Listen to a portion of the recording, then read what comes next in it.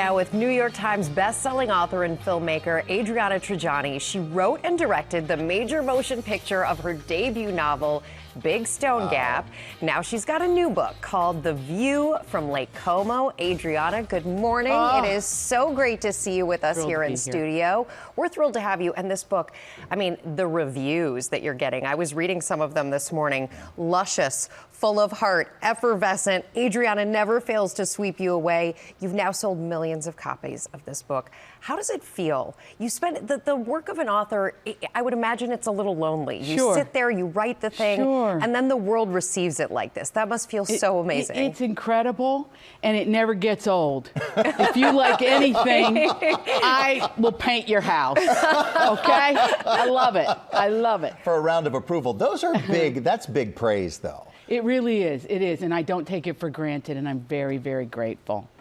But you know, you go to Italy in my books, and not everybody can afford to go there. Right. I was going to ask you, what is The View from Lake Como, and why is it a good summer read? Maybe you could go to Lake Como, New Jersey, where the story begins. The story begins in Lake Como, New Jersey, and a woman's living in her parents' basement at the age of 33. Why? Yeah.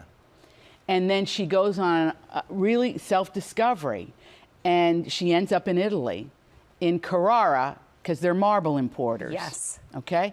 But this is a working class family, which is what I come from. So I like to write about the crafts of things. So you start here, but you go there. So it's the Italian-American connection. That's what's the heartbeat of this book is. And a woman whose life is a mess, and she rebuilds it in the house that goes with it in Italy. And there's a lot of depth, but there's a lot of humor too. Thank you. You're a person, we sat down here and you automatically have those good funny vibes, the kind that you really are drawn to. I'm drawn to, at least. Yeah, me too.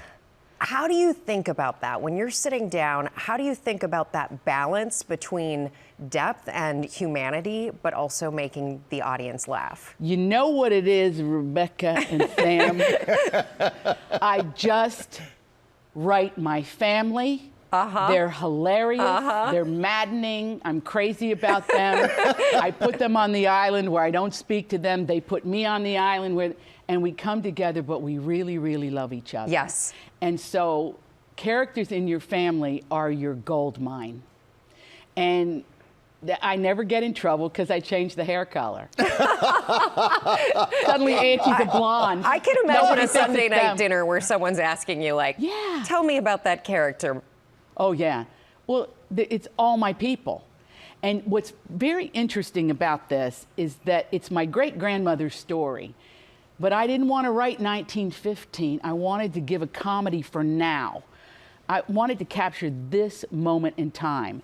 And I have done historicals and I love doing them, but there's something about taking her story and pulling it forward in time, and I think it for me, it's just emotionally, it renders a portrait of a woman you'll never meet, and I love that. You're hugely successful, but because of your personality, I want to read more in that book. The View from Lake Como is available now.